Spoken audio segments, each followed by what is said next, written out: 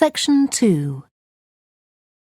You will hear a talk given by a woman called Shona Ferguson about changes in a town called Barford. First, you have some time to look at questions 11 to 15.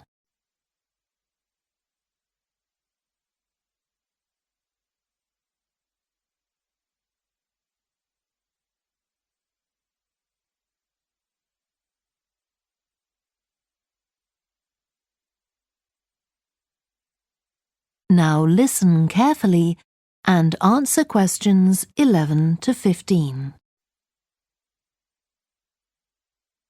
First of all, let me thank you all for coming to this public meeting to discuss the future of our town. Our first speaker is Shona Ferguson from Barford Town Council. Shona. Thank you.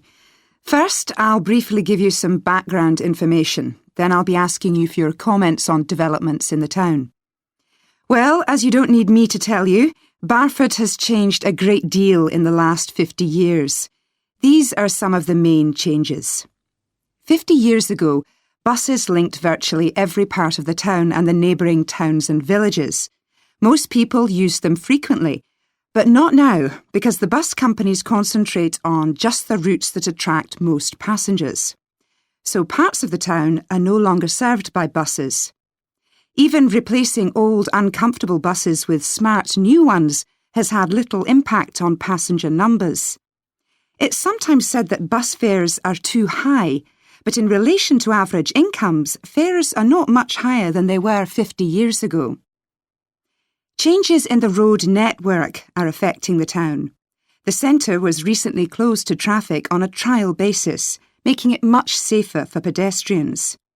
The impact of this is being measured.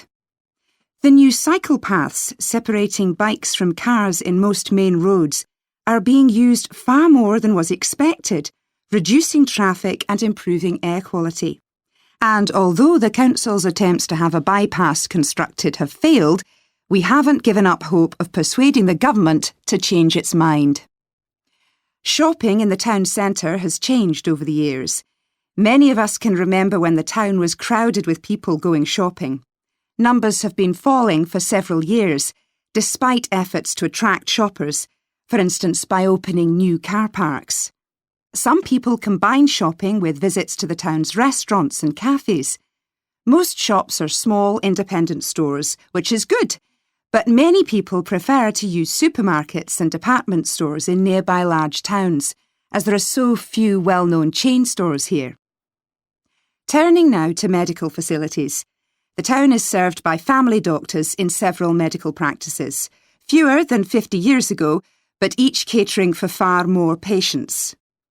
Our hospital closed 15 years ago, which means journeys to other towns are unavoidable.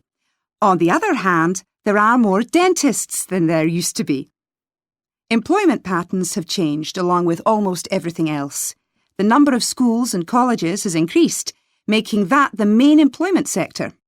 Services such as website design and accountancy have grown in importance, and surprisingly perhaps, manufacturing hasn't seen the decline that has affected it in other parts of the country.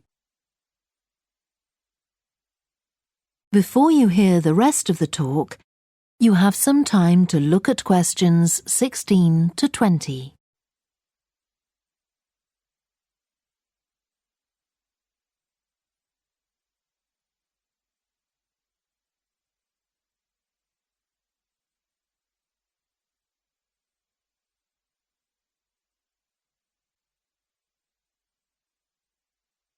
Now listen and answer questions 16 to 20. Now I'll very quickly outline current plans for some of the town's facilities, before asking for your comments. As you'll know if you regularly use the car park at the railway station, it's usually full. The railway company applied for permission to replace it with a multi-storey car park, but that was refused. Instead, the company has bought some adjoining land, and this will be used to increase the number of parking spaces. The Grand, the old cinema in the High Street, will close at the end of the year and reopen on a different site. You've probably seen the building under construction. The plan is to have 3 screens with fewer seats rather than just the one large auditorium in the old cinema. I expect many of you shop in the indoor market. It's become more and more shabby looking, and because of fears about safety, it was threatened with demolition. The good news is that it will close for 6 weeks to be made safe and redecorated, and the improved building will open in July. Lots of people use the library, including school and college students who go there to study. The council has managed to secure funding to keep the library open later into the evening, twice a week. We would like to enlarge the building in the not-too-distant future, but this is by no means definite. There's no limit on access to the nature reserve on the edge of town, and this will continue to be the case. What will change, though, is that the council will no longer be in charge of the area. Instead, it will become the responsibility of a national body that administers most nature reserves in the country. OK, now let me ask you if you have... That is the end of section 2. You now have half a minute to check your answers.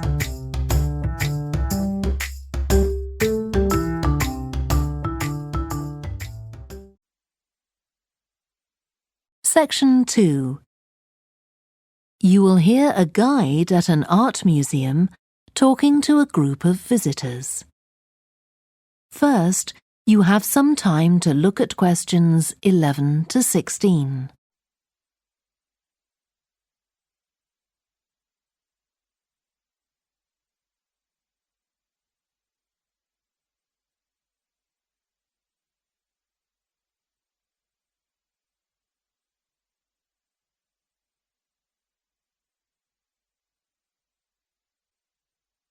Now listen carefully and answer questions 11 to 16.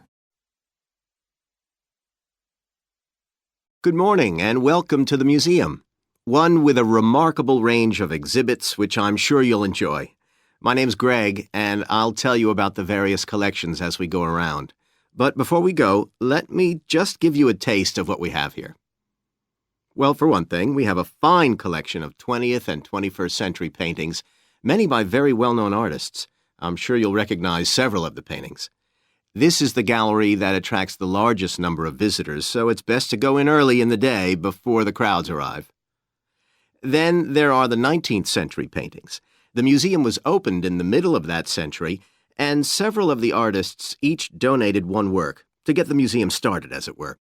So they're of special interest to us. We feel closer to them than to other works. The Sculpture Gallery has a number of fine exhibits, but I'm afraid it's currently closed for refurbishment. You'll need to come back next year to see it properly, but a number of the sculptures have been moved to other parts of the museum. Around the World is a temporary exhibition. You've probably seen something about it on TV or in the newspapers. It's created a great deal of interest because it presents objects from every continent and many countries, and provides information about their social context, why they were made, who for, and so on. Then there's the collection of coins. This is what you might call a focused specialist collection because all the coins come from this country and were produced between 2,000 and 1,000 years ago. And many of them were discovered by ordinary people digging their gardens and donated to the museum.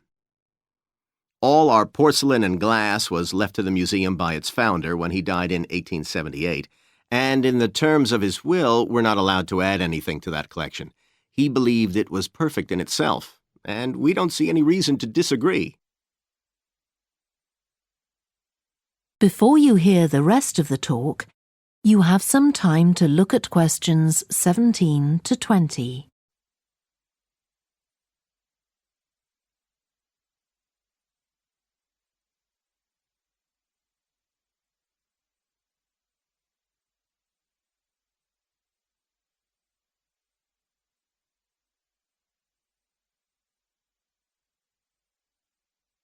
Now listen and answer questions 17 to 20. Okay, that was something about the collections, and now here's some more practical information, in case you need it.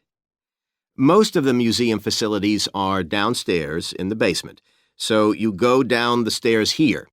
When you reach the bottom of the stairs, you'll find yourself in a sitting area with comfortable chairs and sofas where you can have a rest before continuing your exploration of the museum.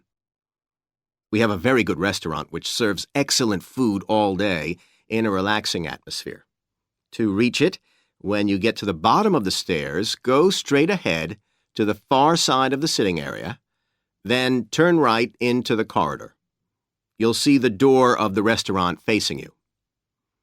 If you just want a snack or if you'd like to eat somewhere with facilities for children, we also have a cafe. When you reach the bottom of the stairs, you'll need to go straight ahead, turn right into the corridor, and the cafe is immediately on the right.